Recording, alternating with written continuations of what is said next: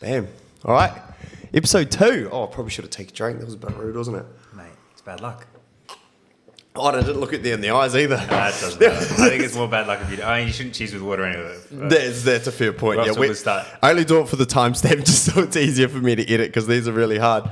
I am super excited. Finally doing another episode, which is great. I've wanted to do an episode with this dude for a while. So introduce yourself. Well, thanks for having me, mate. It's a bit of an honour, actually, to be asked to be on a podcast like this. Oh, is that right? I've been happy days. I've been a bit nervous, but oh, really? happy to be here. About me, name's Dom.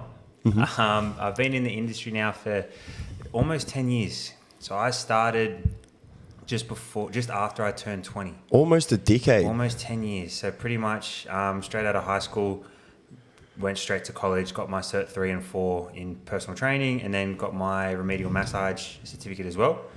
Never really used it, but they had a good deal on at the time. So I was going to say, I never see you giving anyone a massage in the gym before. It was good to learn because it was a bit more about the anatomy. Yeah. And just understanding like why people might be tight or like ways to get around helping them if they are. Yeah. I did that.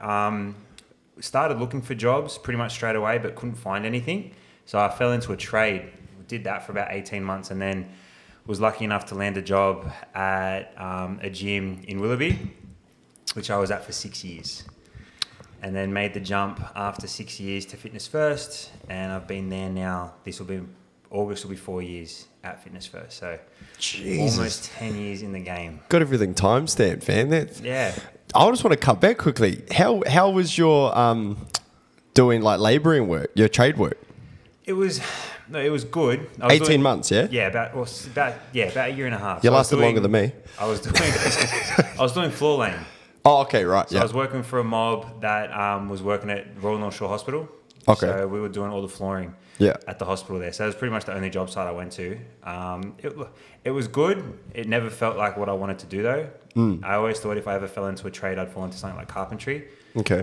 Because like it's what I did at school. I was good at it and I would have preferred that. But because I couldn't find a job in personal training, I knew somebody that was looking for apprentices, so I just kind of fell into it. Yeah. And stuck it out for as long as I could, but I always wanted to get back into the personal training game. I was going to say, did you ever worry that like that could be your job? No. Like doing the trade, I mean, you just did it. Like, you know, I'd wake up, I'd go to work, I'd come home, and like I hated the majority of them. Like the 18 months I was there, I hated it. Like, It was good and bad, you know what I mean? Like it was good learning the skill. Yeah, for sure. But at the same time, it was like I never felt like I was doing what I wanted to do. I never felt like I was, you know, fulfilling, you know, what I wanted to do for a job. And then my best mate at the time, he got a job at this gym that I went to, and he rang me up one day, and he's like, "You still looking to work? Like, still looking to be a PT?" I said, "Yeah, man, 100%." And he goes, "Well, can you come in for a job interview this week?" I was like, "Yeah, 100%. Went in for the interview. The guy that took my interview had just got off the bike. Like, he had just finished the training session. Yeah. Looked at me and said, like, you know, "Maddie's giving you a good rap. Like, when can you start?" Oh.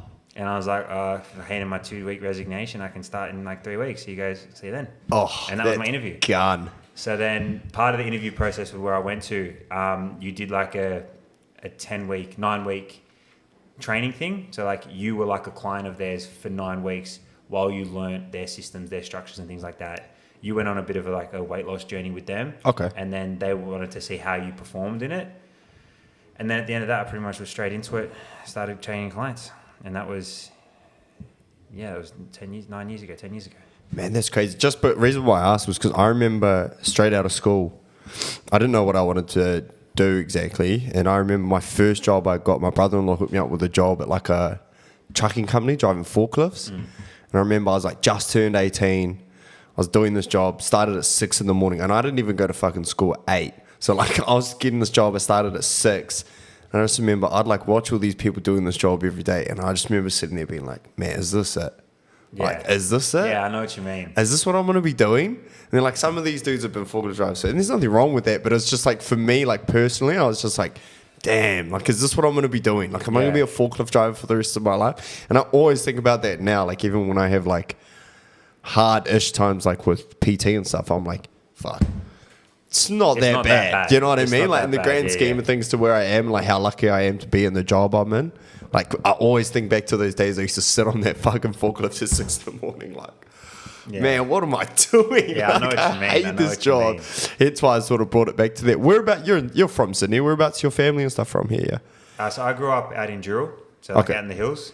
Yeah. I mean, my parents are still living in the house that I was brought up Oh, in. You know, really? it's like they've been in their house since they got married. They're still there. You got a lot of siblings, though, don't you? I got 2 brothers, so Oh, one okay. older, one younger. Still pretty big house. Yeah. They're still just chilling there with the family. Still, well, now that like I've got a son, Yeah. Oh, you know what I nice. mean? Of course. It's like the ultimate house for them now for like having a grandkid and. Oh, that's awesome. So yeah, they're really enjoying it. So yeah, grew up out that way. I'm living in the hills now as well. Yeah.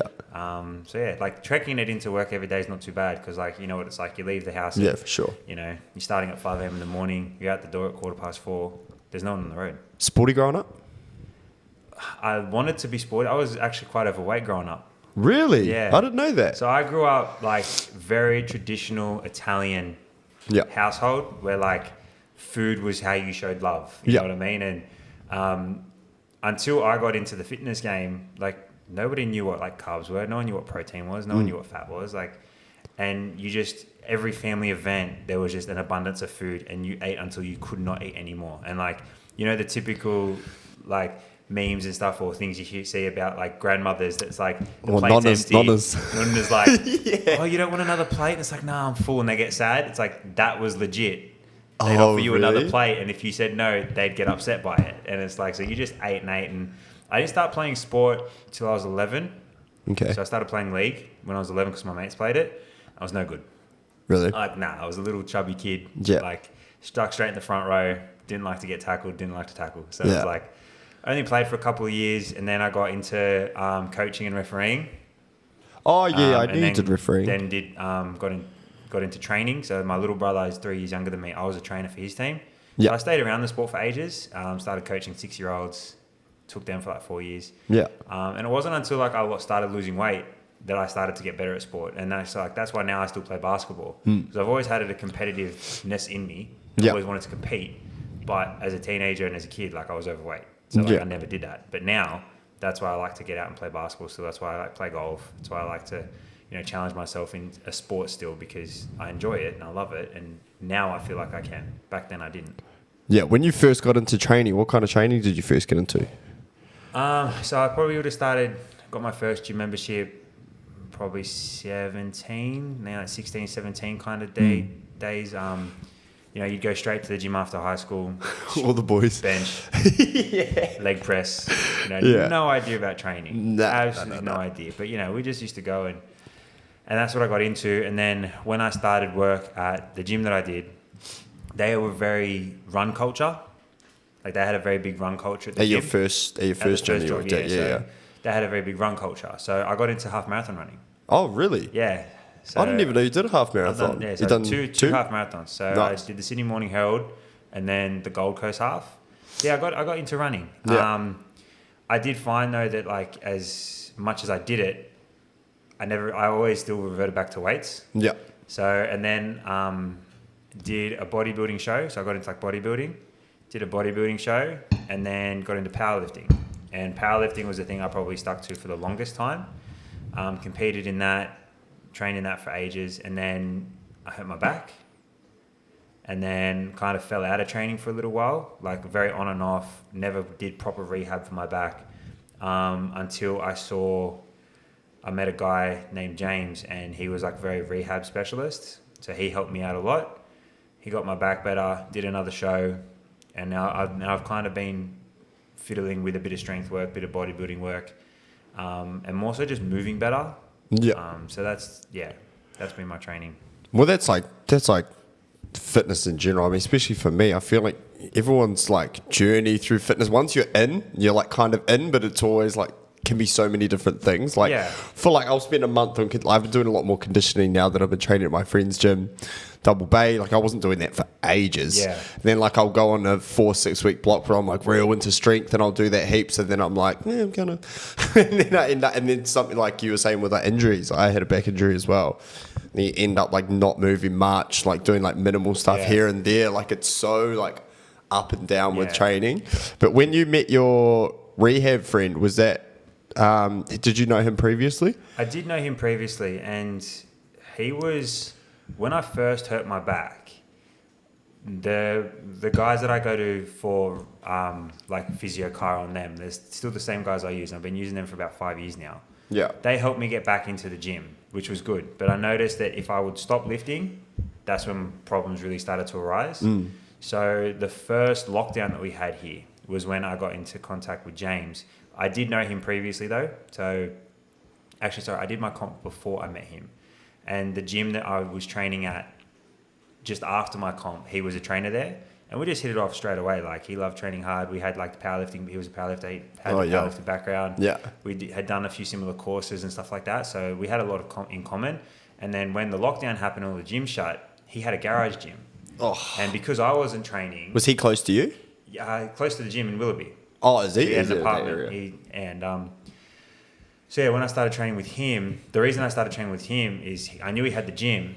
And because I wasn't training because all our gyms were locked down, my back started flaring up again. Oh. So I rang him up. I was like, dude, my back is killing me. I know you got the gym. Can we start doing some training? And I trained with him for a while, and he got me moving better than I've ever moved before. Like, he just took a real slow and steady approach, but real smart approach to my rehab. Yeah. And yeah, he got me fixed. My back's never felt better. Like, when I was working with him, got me stronger than I'd ever gotten and things like that. So like when I first started powerlifting, I was like 24. I was engaged and still had like a year and a half before I got married. At that time, like, I was going to the gym, 5 times a week, training for 2 hours, getting my food in, recovering well. Life was like simple. Yeah. But then post that, like getting married, obviously wanted to spend more time at work.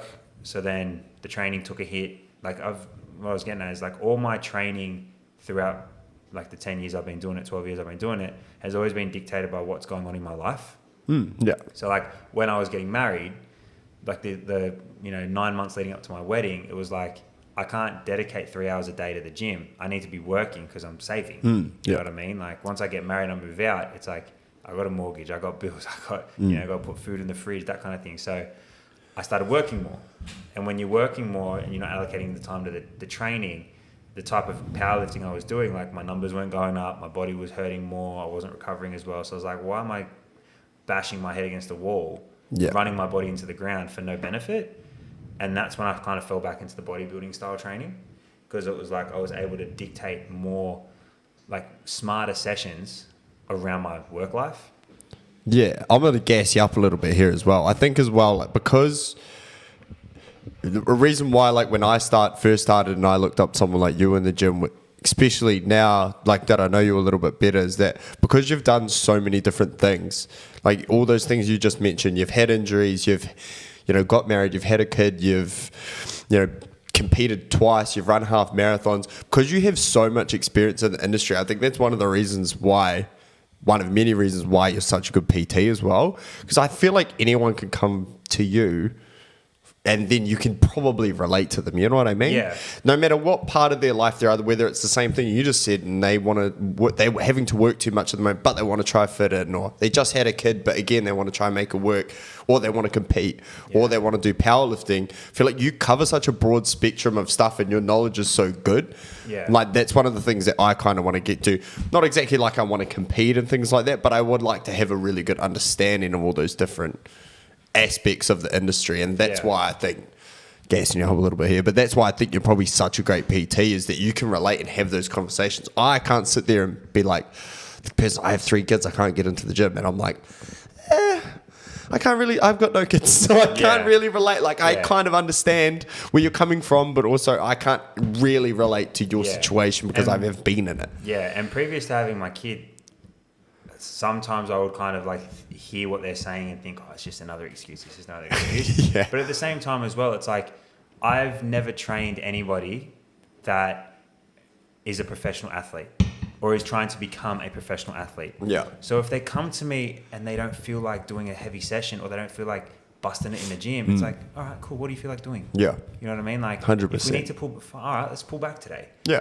But if you're a person that is trying to make grade in a sport, or you're trying to get your pro card in bodybuilding or bikini or whatever it is, or you're a power lifter and you've got a meet coming up and it's specific to hit certain numbers on certain days, I don't care about your excuses. You got to do it. It's a different beast. It's 100%, it's a different beast. And I've trained in gyms that have that. Yeah. Like I've trained in elite level powerlifting gyms. I've trained at a high level bodybuilding gym. I've been around it. Yeah. But at the same time, like, I train general population people. I train people that want to lose weight, feel good, feel more confident in their body. If they come in because they've had 2 hours of sleep, or they're stressed out of their eyeballs with work, or, they've missed 3 sessions in the week, it's like, okay, you've got stuff going on. I get it. You're here now. Let's do something. Let's move. Let's make you feel better now. And then we'll address everything as we can. Yeah, that's such an awesome way to look at it. That also kind of segues into my next question, which is just about like you just said, you train a lot of different people in the industry. Like, what are you actually wanting to achieve being in the industry? So like when I first started in the industry, the main reason I got into personal training is like when I was like 17, 18, like still being overweight, I had no self-confidence, right? And I used to look around the gym at the personal trainers and just think these people are like larger than life. Like they're fit, they're healthy, like they're good looking, like they know it, like talking to everybody, they got confidence, and they just radiated like being a good person kind of thing. Yeah. And that's kind of what drew me in, because it's like, well, if that's like all the PTs I see are like that, so it's like, well, that's what I want to be like, so it can lead me down that path. So since I got into the industry, and I've changed my life around like nutrition, I've changed my life around training and how I feel and things like that. I want to be able to give that back to people. Like, I know it's like a pretty cliched thing. It's like, I just want to help people, but it's like, I truly want to be able to take someone from a point that they're at, get them to a point that they thought they could never be at. Whether that's, a body shape, whether that's a weight goal, whether it's confidence, whatever it may be. If I can help give someone the tools to go from point A to point B and they feel better at point B than they did at point A, I'm laughing. Like, that's what makes me feel good. When someone says to me after 12 weeks or after 6 months or whatever it is, it's like, I couldn't have done that without you, or I feel so much better because of the work we've done, or they talk me up to their friends because their friends go, oh my God, you look amazing. What have you been doing? It's like, that's why I do it. That's what I enjoy. And then like long-term, the ultimate long-term goal would be to have my own spot. Have my own like either semi-private or like small commercial-sized gym, and just watch people come in the door every day, just having fun, enjoying their training and just helping people out that way. Create that good environment and have all that equipment that we don't have. Yeah, kind of. That's another story. But no, 100%. Like, I think and it's a weird thing. Like, it's funny how you say that you got into it because you were like vibing off what PTs were doing. I never even really thought of that. Like, with me, it was always just about like, I always really liked training, like, because it always started, because for me I was just playing sport all the time, so I was always training anyway. And then I just never really hated those conditioning sessions as much as everyone else did. Like, I kind of was like, that was kind of right, like that was kind of fun. I didn't dread those things, and that was always a clear sign to me. And then another thing was like coaching. I think for me, like similar to you, when I was at high school, I coached a lot of young teams for rugby, and I really enjoyed that, like just standing with someone and describing things and helping people understand certain things. I really enjoyed. I never realized that would turn into like a PT thing. Like, originally I wanted to do strength conditioning. That was what I wanted to do, but the 4 years of uni, man. See, I didn't even consider uni. Like, when I finished school, the thought of going to uni to do like strength and conditioning or exercise science or exercise physiology or like nutritional science, and none of that was like on the cards. None of really? That, nah, because. But you did a bit of coaching too. I'm surprised you. I did coaching. And then I didn't think at the time. See, if anything, I would have wanted to be a head coach of a team. Oh, okay. Like when I was doing the coaching and stuff, like I kind of looked down the path of being like a head coach of the team. Okay. Never the strength and conditioning side of things. Okay. And then later down the track, I think you started to see a lot more exercise scientists or like physios / chiros that did the PT side as well. A lot of them started to emerge. Like I think in the last kind of 4 or 5 years, that has been a lot more, noticeable on social media and things like that than it was 10 years ago. Because you got to think, like, when I first finished high school, Instagram wasn't anything like it is now. Facebook wasn't like it is now. There wasn't a such thing as TikTok. You know what I mean? So I think now, looking back on it, I can see how young people coming into the industry, now they've got a lot more paths that I think they could follow to get into than when I did it. Because even when I did it, personal trainer was like the filler job. It was like you did personal training while you studied at uni to get a bachelor in something. You do business, accounting, medicine, but you did personal training on the side to make money. Yeah. It wasn't like this is a career for you. And no one spoke about that. That's so true. Yeah, it's so true. Even with there's some PTs at our gym kind of like that, aren't they? Who still study while they work? Yeah, there's a couple, but I think like Heather at our gym that's studying, she's doing like exercise science, so that's going to benefit her as a PT. You know what I mean? But it's not like she's studying accounting. And when she gets her accounting degree, she's going to she's going to completely ditch PT, or she's not doing. You know what I mean? So I think the one like she's doing it to better herself as a personal trainer. Yeah. Because that's what I had planned to do. So I went to New Zealand Institute of Sport, and I was going to do, it was a diploma in like exercise prescription, and then an advanced diploma in exercise prescription, both year-long courses. And then after that, I think depending what like route you wanted to go down, you had to pick like a university course. Yeah. Because I had a guy that I went to school with back in New Zealand and played footy with and stuff. He ended up getting a real bad knee injury, so he like couldn't really play anymore. He was a tank, and he went down that path, did uni, and now I don't know if he's still. I don't talk to him in years, but the last time I saw, he was the Melbourne Rebels, the union. Oh yeah. Assistant strength and conditioning coach. Oh, yeah. So he was doing it back home. He was PTing, like you said, and S&C'ing as well. So he was S&C'ing for footy teams, and then he was doing his PT, I assume, in the mornings. I wasn't in New Zealand when he was doing it, but I think he was making bank. And then he obviously got the S&C job, which is a fucking hard industry to get into, but 100%. It's not that many professional teams, so it's not that many S&C jobs. And a lot of I feel like a lot of the S&C guys are like old heads, like they've been around for a long sure, time. 100. And if you've got the job and you're good at it, and you know you haven't broken any of your athletes, you're probably not going to lose your job. You haven't broken any athletes. You know what I mean? Like, 100%. So I know exactly what you mean. Otherwise, you might get an S&C job at like a under 20s, or you might be at S&C for Harold Matts. You know what I mean? The likelihood of you getting first grade, you probably got to work up your ranks or get in as an assistant. Yeah, you spoke a little bit about. I was kind of going to ask you what's the best part about being a PT, but I think you kind of covered that in terms of like people talking back to you and like, you know, when those people get amazing results and you're the kind of one that coached them into it and hearing about, you know, their journeys and stuff like that. But what's something you found challenging, maybe even when you started to now? I'm sure it's probably a little bit different, but. One of the biggest challenges I found when I started, two sides, on the training side and then on the business side. So on the training side, I found it very hard at the start that I, you know, make up this perfect plan for someone and give them like all the tools to achieve what they needed to achieve, and they wouldn't do it. Yeah. And I used to bash my head like, why aren't you doing it? Like, I'm giving you everything. And it's like, you know, the old saying, you can lead a horse to water, but you can't make it drink. It's like, I can give you all the tools that I possibly can to help you achieve your goal. But I might spend an hour, 2 hours, maybe 3 hours with you a week. I'm not sitting with you every single day making decisions for you. Like, you got to do it on your own. Yeah. Like, I can guide you. I can help you along the way. If you got a question, you can message me, I'll reply. But you have to want to do it. And I think sometimes at the start, I used to find it really challenging when people would tell you what they want to do and then do the complete opposite. Whereas now it's like I kind of look at it and it's like, well, how badly do you want to achieve that goal? If you only want to, you know, if it's 60% or it's not a number one priority for you, okay, well, it's probably going to take you longer. If you're going to achieve it, it's going to take you longer than you want. Yeah. Or you may never achieve it. But like, I can only help you so much. You know what I mean? So that was one of the things I found the hardest. Now, like, I don't think there's many things that like I would class as challenging in the industry in terms of the training side of things. Like, I won't take on a client that I don't think I can train. Yeah. Like, if someone came to me and wanted to do weightlifting, refer on. I don't do weightlifting. You know what I mean? I've never done it. I haven't studied it. That's not my bread and butter.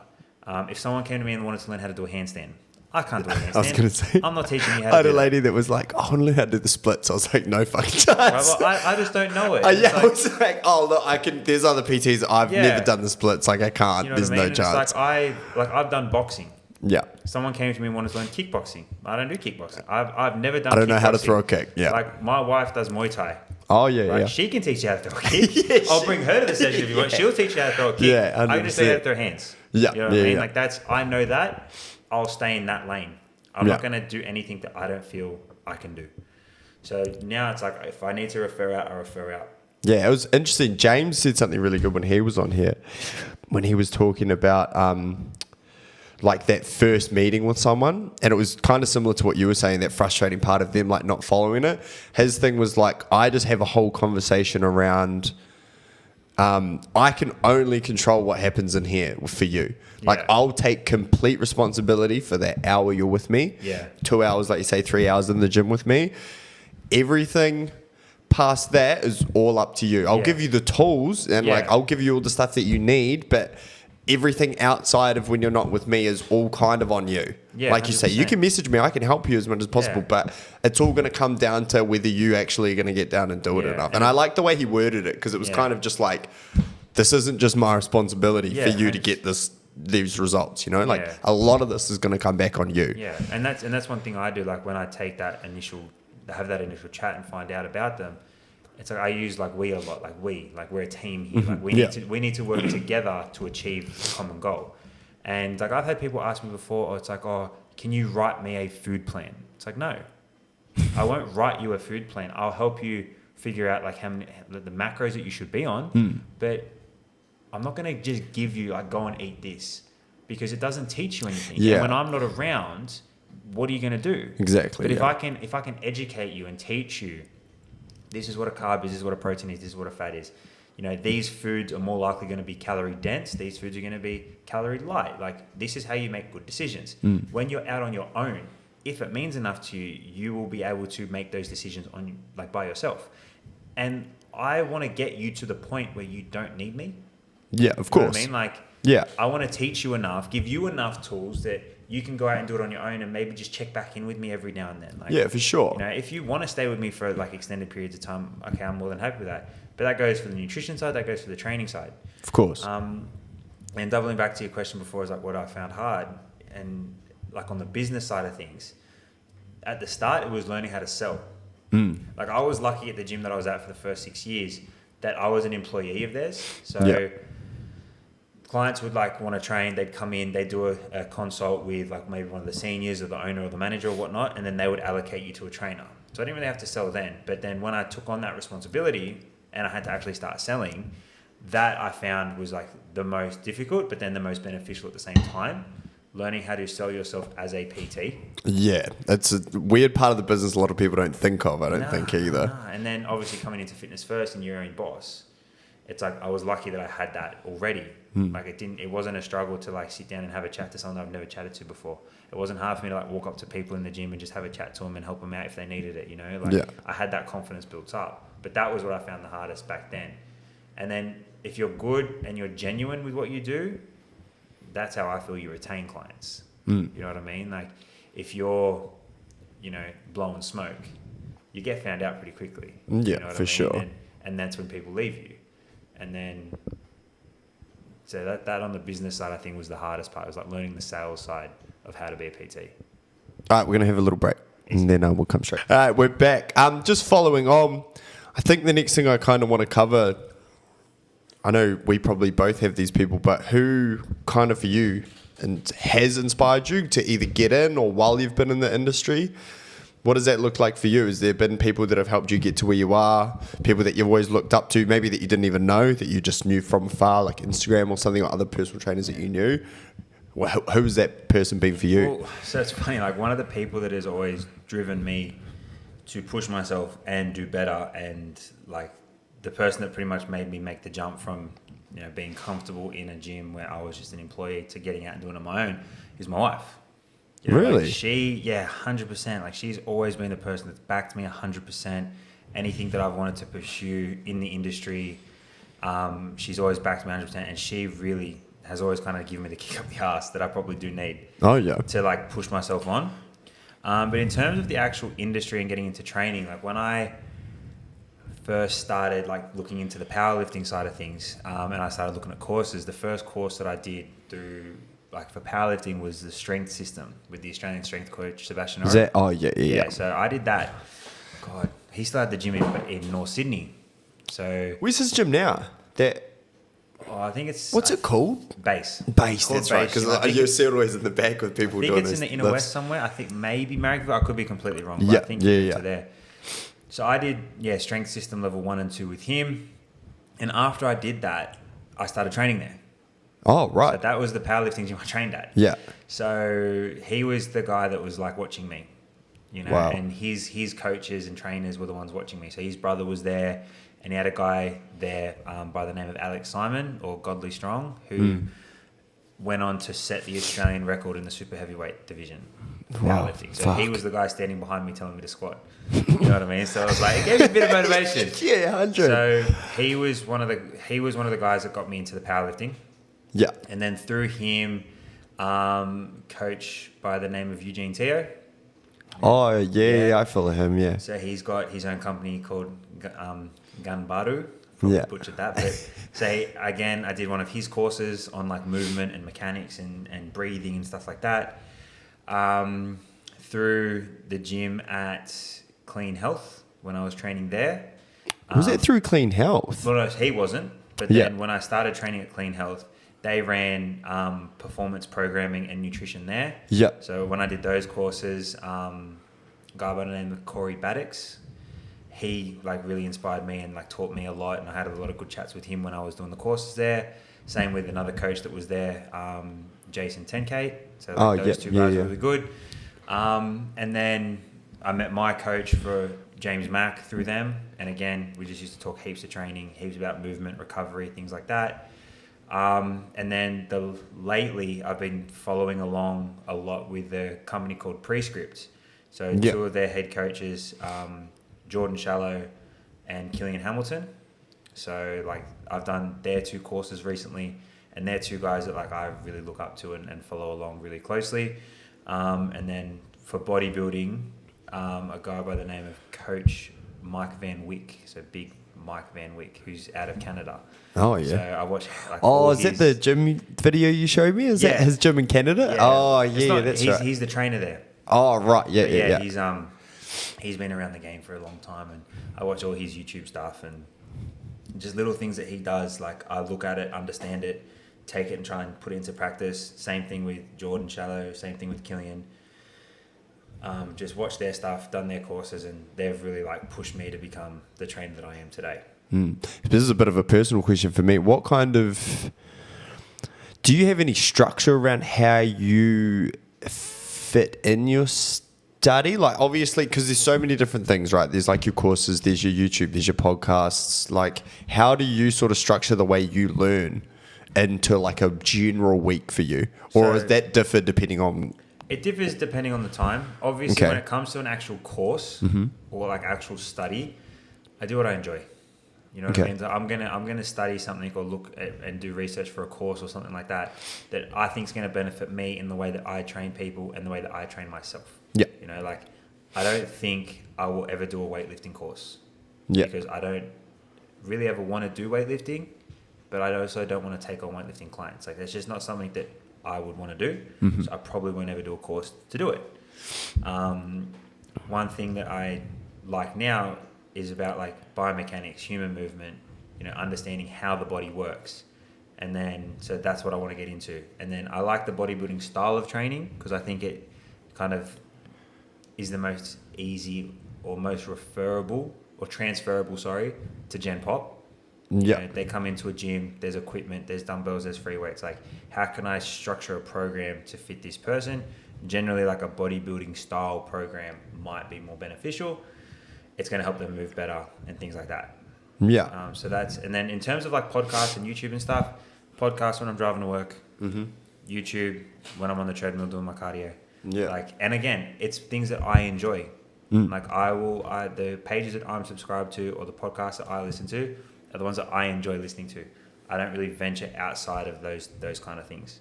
Yeah, right. You kind of touched on it a little bit there, but let's get into this. We were talking about this before the podcast. Programming. Yeah, okay. You know what I mean? It was a good little segue there. You kind of made us. You kind of did that on accident, but it worked out perfectly. Program one. This is kind of another one of those gym questions that we're going to cover. That's probably something we get asked about all the fucking time. But we've got the master here too, so we'll probably get a really good clip and some good answers here. Thanks. So, look, let's cover this. Part of the segment is always just common questions we get. So let's start with the common question. what's the best program split for me to be doing at the gym? So I think like the best program split that a person should be doing is the program that they can adhere to. You know what I mean? So, and that's like a very broad answer, but it's like if you can only get to the gym 3 days a week, a program that gives you enough volume, enough intensity, enough stimulus over 3 days is going to be the best program that works for you. That would probably, if I had a client that could only train 3 days a week, I'm probably giving them 3 full body days. Yeah. You know, a mixture of upper, lower body supersets or same muscle supersets or whatever it is, but they're training their entire body 3 times a week. Yeah. Right? If a person can commit to 4 days, it might be 2 upper, 2 lower.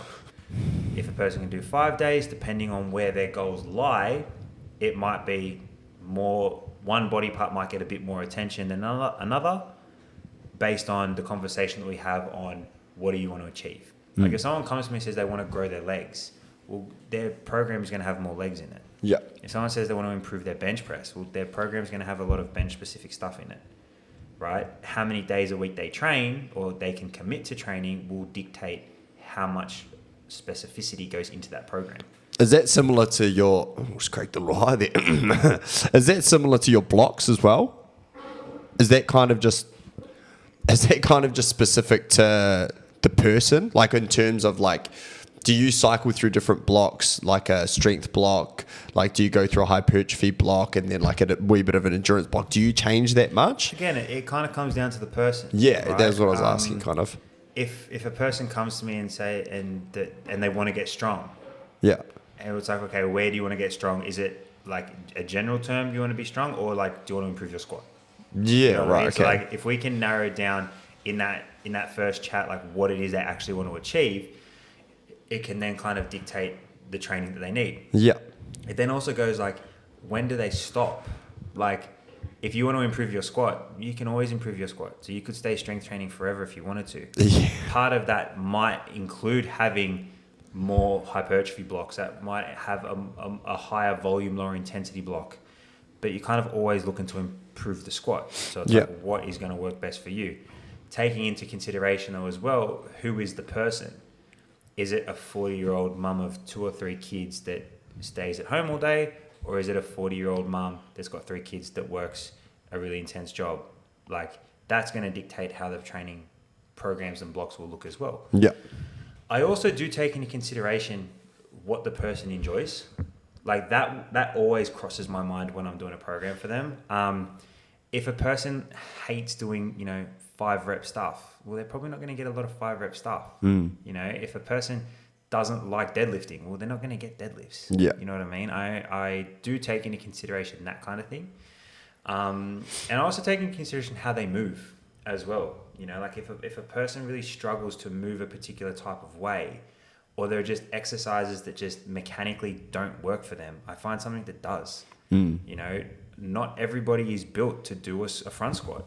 So those people that I have that can't front squat, they're not getting front squats in their program. They might get a goblet squat, they might get a safety bar squat, they might get a variation of a high bar squat, but they will never see front squats in their program. Same thing goes for like any exercise you can think of.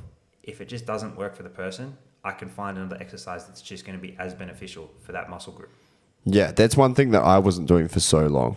Like, it was kind of just forcing things. I don't know. Like, in my head, it was just a matter of like, oh, they just need to learn the technique. Like, it would look horrible when they would try to do the movement. And in my head, I'm just like, oh, they just like, it's not a movement mechanics thing. To me, I was just like, no, they can figure it out. It's just, they're just not used to doing that movement. And I kind of force it. Well, there's one thing I noticed with like you and then other good trainers, you guys are really good at finding those substitutes. Yeah. Like you say, it's one thing I say when I do a consult, I'm the same. I have, is there anything you really don't like? Yeah. Is there anything that you do like? And then same as you, I try and put that into the program.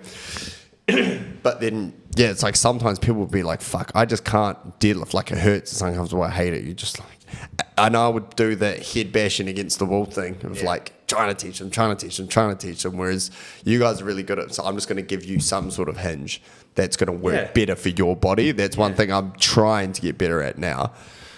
Yeah, and that like goes back to that whole thing. It's like, well, what does the person actually want to achieve? Yeah. Like, if they want to do a powerlifting meet. Well, guess what? You're learning the deadlift. I yeah, don't care if you can't do it. You're going to learn it because you have to. It's a requirement for a meet. But it's like, if you just want to get like, you know, overall strength, you want to build up your glutes a bit, maybe your hammies, well, I can teach you how to do an RDL. Yeah, for sure. Or at worst case scenario, I can put you on a hamstring curl. Yeah. And maybe a glute kickback, like, you know what I mean? Like, I can still stimulate the muscles that we need to stimulate in ways that I know you can stimulate them. But if you do an RDL or a deadlift and all you tell me is all you feel is your lower back, well, then I'm probably not going to give it to you. Yeah. And then how long do I have to spend in that, you know, skill learning phase where the stimulus that you're actually going to be putting onto your body is very low? Yeah. You know what I mean? Like, if I can give you a more efficient exercise that can stimulate you a lot better and faster, I'm probably going to go down that path first. Because if you never need to know how to deadlift, well, you never need to know how to deadlift. Like, it's not the end of the world. Yeah, it's funny. You get so many of these weird questions when you're PTing of just like things that are just almost overthought by 100%. people. You know what I mean? And programming is one of those prime examples. Like, they're just overthinking it so much. Not like, oh, should I do push-pull legs? Should I do like upper lower? Like, what's going to be the best? I'm like, bro, you haven't even been consistent in coming to the gym 100%. in the last like 3 months. Why are you worried about what your split looks like? Just try and turn up. Try and get here 3 days a week. Just do that. Why don't you just try and get in 3 days a week? Obviously, like, we want you to be doing something. So like you say, 3 days, try and get in 3 days, do 3 full body days. Stop trying to do 6 days, not doing it, then getting annoyed at yourself and not coming for 4 weeks. Just get in. And then once you're getting more consistent, then why don't you try and figure out what kind of split's going to be best for you? Yeah. That's the thing that frustrates me when you have those conversations. I'm like, we just need to get you down here first. Yeah. Just get in the rhythm of just coming down. Like, that's going to be such a big starting point for you. Most of the time. That's like the first big rock. It's like, can you, like, people that want to, like, oh, I'll do 6 days a week. It's like, can you get to the gym 6 days a week? It's just, I work in a gym and I sometimes find it hard to train 6 days a week. Yeah. And I work in a gym. You know what I mean? Like, so if you've got a hectic life or a job or a missus or, you know, kids or a dog that's always at the vet, like, you don't even know, right? If you're constantly giving me an excuse of why you can't do 6 days, well, what can you realistically commit to? Like, make that the first priority. Commit to something, get the ball rolling, and then when you figure out your life, then maybe add a day or subtract a day, or, you know what I mean? This whole thing, it's like, I got to train 6 days, I got to train every day. Yeah. It's like, well, can you recover properly? And then it's like, on the flip side, it's like, you want to train 6 days a week. How good's your food? You know, like, we get nutrition questions all the time. It's like when it comes to like your goals and stuff like that, like, the nutrition's going to be a big rock. It's obviously. a big rock, yeah. And it's like, if you can't even get the nutrition side of things right, well, it doesn't matter how good your training is going to be, because you might not achieve what you want to achieve because you're not getting the nutrition part right. Like, you spend an hour in the gym, maybe an hour and a half, you've still got between 22 and 23 hours outside the gym where you could be eating something that could be detrimental or beneficial to what you're trying to do. Yeah, it's a really good way of putting it. I remember I had a lead that I sat down with, and he was like, come in, we did our first consult. He goes, I'm going to train 5 days a week at 5 a.m. because it's the only time I can come. And then I was like, when was the last time you were in a gym? He was like, 10 years ago. How long did you last at that gym? 2 months. What's going to be different now? What makes you think that now you're going to come in, you're going to get up at 5? Like, do you get up at 5 now? And he's like, no. It's like, what makes you think that now is different? And he's like, you know, listing off things in his life where he thinks like, you know, now I think I'm in a perfect position for it. Think it can happen. This dude did a session with me on the next day, 5 a.m. Did it. Said like, sweet, yeah, that was awesome. Came in the Thursday because he's like, I'm going to go tomorrow. Come in the Thursday. I was like, did you go yesterday? He was like, no, I was too sore. And I was like, okay. So like, how are you feeling? He's like, no, I'm good today. Good. To the Thursday session, 5 a.m. Text him on Friday. Hey, bro, did you get it on Friday? He was like, no. I was a little bit sore. And I was like, okay, cool. And then he texted me on the Monday, hey, bro, I canceled my gym membership. I'm not coming. Yeah, there you go. So and I was like, yeah. and it was a whole thing. It was me trying to be like, are you sure you want to do 5? Like, you haven't been in a gym in 10 years. Like, why don't you just do 2? Why don't you just do Tuesday, Thursday? Just come in 5, Tuesday, Thursday, and then just build on it once you get a bit of momentum. Yeah. This dude went, no, come in 5. And then he's obviously got there, done those 2 days with me, got disheartened that he didn't go to the other days, just decided it's too hard. And then he's like, not doing it anymore, which sucks. Yeah. Like you touched on it a little bit as well, but the next question I kind of wanted to do was the carbs question. Oh yeah. Because that one is, oh my God, all the time. Like when I'm starting out, obviously my nutrition knowledge is super like surface level. And when I'm having conversations with people and I'm explaining like your energy in, get into macros, I touch on it, but I never go too far into it. But the main thing I just try and get them to understand is just that energy and calories sort of part of things. And then they're like, can I still eat pasta? And then you're like, well, yeah. Like I just explained it. It's just like energies in, energies out. Like, but you'll probably be able to give a little bit more of an in-depth answer. So like for you, how do you answer that question when someone comes to you with the whole, or even some people that are like, oh, I'm just gonna stop eating carbs? Yeah, so like it's an interesting conversation, especially too. I think it depends on how well I know the person and how. I mean, most of the time I'll be pretty cutthroat. Like, if someone comes to me and says that they want to completely cut carbs out of their diet, I just go, why?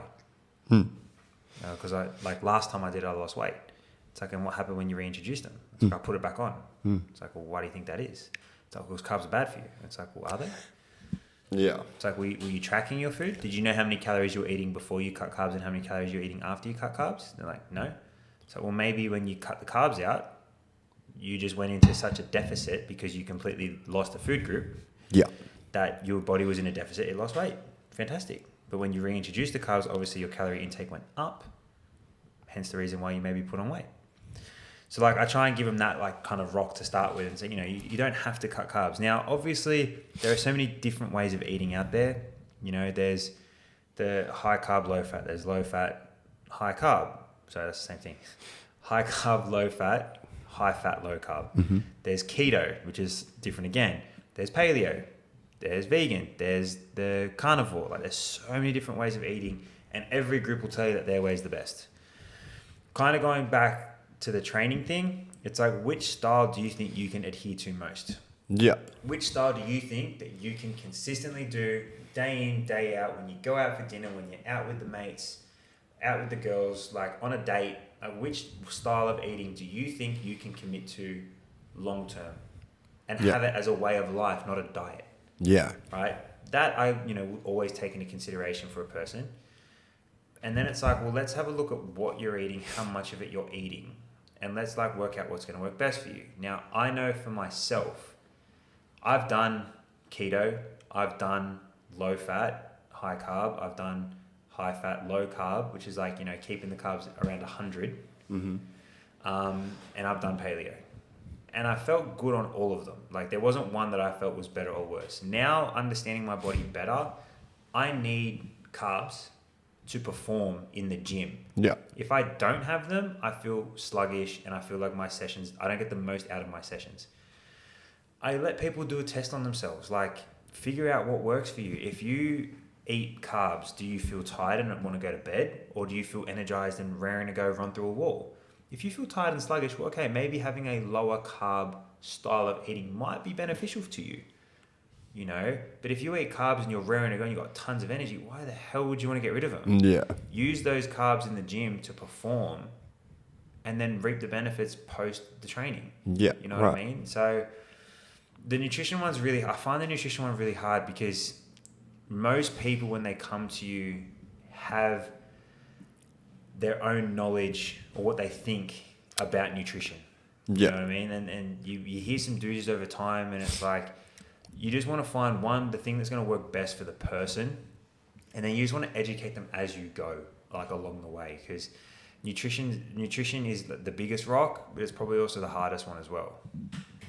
There's just so much more to it as well. Yeah. Like it's just like you say, not only is it it's going to be specific person to person, but there's just so much more, I feel like, emotion attached to food than there is with for a lot of training. People, for a lot of people, especially too, like I said to you, growing up in a very kind of traditional Italian upbringing, food is life. Like food is the way you show love. Food is what you do in celebrations, and there's always an abundance of it. It's not like there's one plate per person. There's like you can go back for seconds, thirds, and fourths if you wanted to, and you want to try everything because everybody's a good cook. Yeah. You know what I mean? So like food on an emotional level for me, there is that attachment. You know, any family gathering, anything sociable is food. There is always food related. Yeah. For someone that doesn't have that, maybe they're not emotional eaters, you know, but, you know, you might pick up a rock that when they're stressed, they don't eat. Yeah. And then it's like, well, what's that doing to your body? And then that's one path you could go down. And then there's the path of, well, are you eating to be healthy or are you eating for a body composition goal? Because they're two different things. Yeah. Again, and you know, the amount of conversations I've had with people that it's like, I eat really healthy, but I can't lose weight. And so, okay, what are you eating? And they tell you they're eating lots of nuts and seeds and avos and oils and fishes, like oily fishes, and they don't eat any red meat and things like that. They eat, you know, granola or muesli and stuff like that. And you look at their diet and it's like, your diet is extremely high in calories. You know, they eat Greek yogurt or coconut yogurts and all these things that are like, in quotations, health foods. Yeah. But it's like, yeah, they're good for you. But if you eat too much of the good food, if you don't understand the calorie balance, you'll still put on weight. It doesn't matter that they're all healthy foods. You'll still put on weight. Like you're proving it. You're eating too much for what your body needs. So you got the option of cutting back on those healthy foods. You might be even hungrier, but if you get yourself into a calorie deficit, whatever that deficit needs to be, you will probably lose weight. So it's like, are we eating for health, or are we eating for maybe fat loss, or are we eating to try and bulk up, like build muscle? Like what is the purpose of our eating? So that's like another conversation on top of that again. Yeah, like I heard, what was that thing James Smith was saying?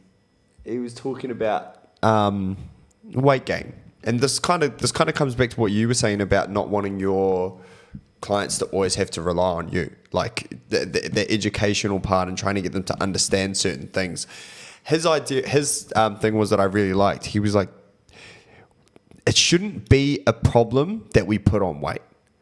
Like putting on weight shouldn't be an issue. Like especially in those like Christmas, New Year's times, like we shouldn't have to be all like, oh fuck, I can't eat this, I can't drink that. Like it should be more down to an educational piece of the only problem with putting on weight is when you don't know how to lose the weight. Yeah.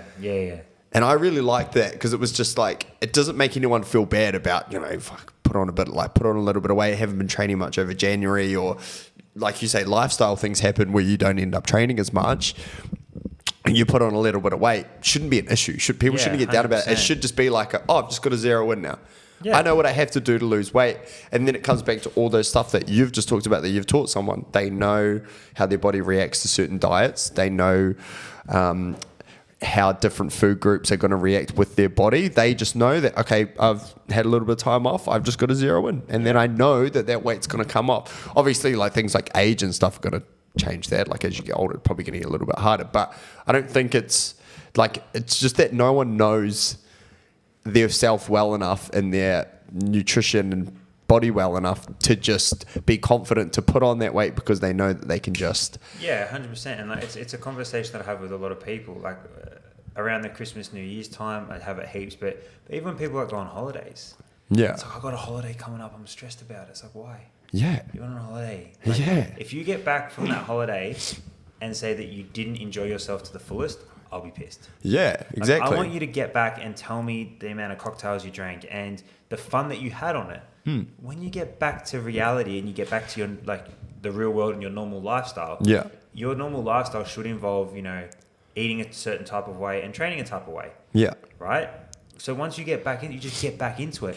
And this kind of circles back again to that conversation we had earlier where it's like, are you a professional athlete or are you a general person? That's a fucking good point. Right? Like, someone comes back and complains about their holiday. If you're you're training to a bodybuilding show, bikini comp, figure, men's fitness, men's physique, bodybuilding, whatever, and 4 weeks out from your comp, you got a holiday planned. Well, guess what you're not doing on that holiday? Yeah, 100%. You're not eating out, you're not drinking and things like that because you got a show in 4 weeks. But if you don't have a show in 4 weeks, like what is the problem with enjoying yourself? And they kind of look at you and go, yeah, good point. So, right? So like go enjoy your holiday. When you get back, we'll assess wherever you're at and we just go from there. Yeah. You know, like I went on a couple of years back, I went on a cruise. It was like an 8-day cruise. Right? I didn't train once on the cruise. I barely purposely walked Like the walking was like room to the eating hall to the sun deck back to the eating hall. Nice. Like, that was Perfect my movement. holiday. I think in like 8 days I put on like 6 kilos or something. Yeah. But like I was doing nothing besides eating and drinking and laying in the sun. Yeah. I got back from that holiday and had a ball. Yeah, Like, I loved sure. it. But as soon as I got back from the holiday, guess what I did? I started training again. I started eating like a normal human being, and the weight came off in like 3 weeks.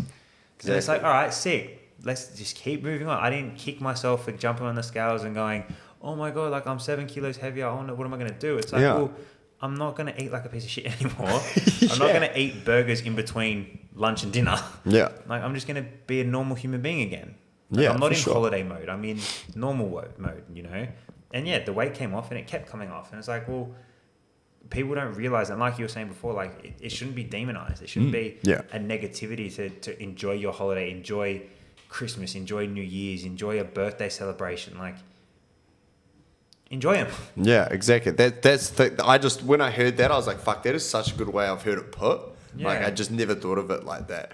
Last question I want to ask is, what is one thing that you would want to change about the fitness industry? So the biggest thing I'd want to change about the fitness industry, there's a lot, but probably the biggest thing I'd want to change is the level of entry. To become a trainer? To become a trainer or a coach, whatever it may be, I personally think, and look, I did a 9-week course and I was able to charge people money. Yeah.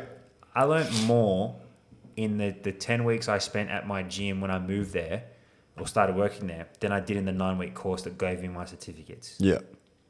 So I think the level of entry to become a personal trainer or a coach or get into the health and fitness industry should be bumped up a lot higher. The same way it's high to become a physio or a chiro or an EP or a strength and conditioning coach. Like, you're responsible for someone's health and fitness and well-being. Yeah. And you can do it in a 9-week course, or you can do it completely online and just fluff through the answers. And I was listening to a podcast a while back with a coach by the name of Pat Davidson, who's from the States. Oh, I think I follow him as well. One idea that he kind of brought up, which I thought was amazing, was to become a tradesman, to become a master tradesman or a qualified tradesperson. You do an apprenticeship. You know, you 18, 19, however old you are when you start, you get an apprenticeship and you work under a master tradesman for a set time, 3, 4, 5 years. Yeah. At the end of that time, you can then go out on your own and you can then charge people to do jobs, right? If you did that in the fitness industry, you get your certificates, your Cert 3, your Cert 4, whatever it is, you know, however long the course goes for. But then before you can start working on your own and charging people money, you do like a year or 2 year mentorship where you work under or with, alongside a master trainer. Yeah, so like work alongside or do a mentorship with a master trainer for an extended period of time, a year, 2 years, learn from them before you get to go out on your own. I never heard that before. I really like that. And I never thought about it put like that either. Like, I always thought, to become a trainer is so easy and you know, the life expectancy of most trainers is really short because they don't know how to train people, they don't know the business side of things and whatnot. But it's like, imagine if as soon as you graduated your college or your online course or whatever it is, you then went and got like an apprenticeship to become a personal trainer. And you're working under someone that probably is established in everything. Like, 100%. they've done the sales thing, they've done the PT, they've built the client base. You're just, if you get a good one especially. They wouldn't be there if they hadn't. Yeah. You know what I mean? So like I don't think you could do that with someone that wasn't successful. Yeah, 100%. And you can pick it, like, if you get a trade and you start with them and it's not good, like, you can swap. Yeah, 100%. You can go like, I don't want to do my apprenticeship with you anymore. I want to change. You know? So like, imagine if that was like a thing for the fitness industry. That would be fucking cool. Right? And then I think that in itself would move on to the next problem, which I think the fitness industry has, because there's such a low barrier of entry. Anybody can put anything up on social media. Yeah. And it's almost become a thing now where it's like the social currency of how many followers you have on Insta, on TikTok, or whatever it is, almost dictates how many people are going to listen to you. Yep. So it's 100%. like if you look up a page and a person's got 100,000 followers and he posts a shit exercise on there, well, guess what you're going to be seeing in the gym over the next couple of weeks? That people that follow him, you're going to see that same shit exercise in the gym. And we see it all the time. Yeah. You know, especially when, influencers, and I've got nothing against influencers that put out, cookie cutter programs and things like that. Like, they're making their money. They are helping people. Yeah. Right? But when you see groups of people coming in and they're doing like the same exercise routines and things like that, it's like, well, they're not going to get the benefit from it as much as if they had a personalized program. And I know you can't do a personalized program if you're working for yourself. You got 100 people, 200 people, 1,000 people want to sign up to your program. But like, if you're scrolling through Instagram and you got a 15-second video of a guy doing an exercise that's jacked, and he's like, if you do this exercise this way, you'll get big. And it's like, well, no, you won't. Yeah. But because you've got 100,000 followers, all the 17, 18, 19-year-olds that follow you on Instagram are in the gym doing the same thing. And then they wonder why in 6 months they haven't gotten bigger. Yeah, it's hard. And that's probably one of the reasons why I said that I wanted to do a podcast. I always feel like all these people that I meet who are like super intelligent, super smart in the industry and get people results, have that real big care factor and aren't just putting cookie cutter stuff out there. I think like all those people, like the more they should be trying to get out there, you know what I mean? Because like even 100%. like it's just not us against them, but just like as a PT, I'm wanting to become a really good PT. I just would really like it if I could. The more that we can put our shit out there, if you can stop one person from getting on that cookie cutter and wasting all that time that like I did, like when I started, I was chronic for just like the YouTube video, find some like shredded dude doing that, and I'm like, that's got to work. And then just copying that, and then you do the same workout for 6 months. Like, if you can stop 1 to 2 people from doing that shit, and then they actually learn the right way, they're going to make such a huge difference. And that's one thing that I noticed once I become a PT. Like, I realized that there is so much real good stuff out there, but it's just not the 100,000, 200,000 follower guy. Yeah, there is a lot of great stuff out there. Yeah.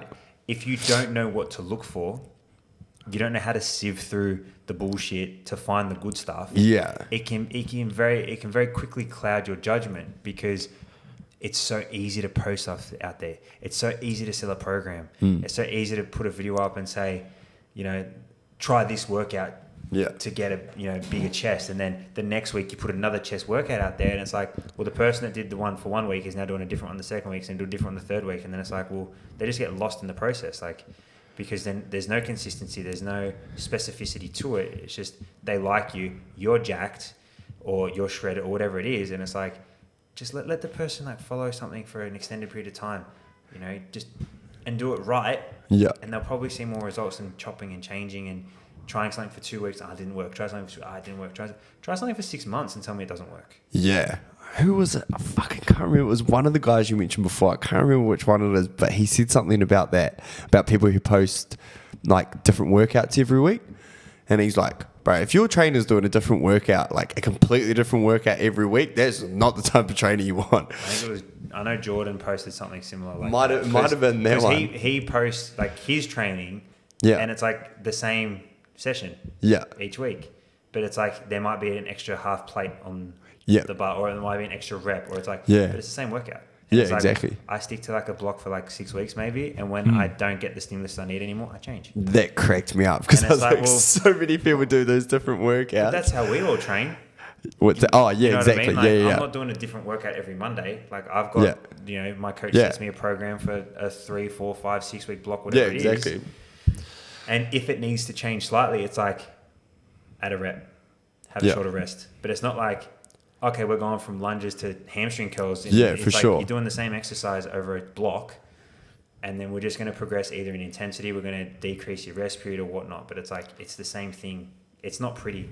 It's not flashy. No. It's just consistent. Exactly right, yeah. I think people need to understand that the pretty flashy, crazy, banded, barred, tied up, this, that, whatever, that's not going to do much. Like, simple is probably a really good place to start. Yeah. Fuck yeah. Good old keep it simple, stupid. Like, just fucking do the simple things, do them effectively, do them well, and watch what happens. Fuck, I think that is the perfect way to end as well. Let's go with that. That was a perfect finish. You've segued the whole thing as well. Bro, thank you so much for coming on. Thank you. Appreciate it.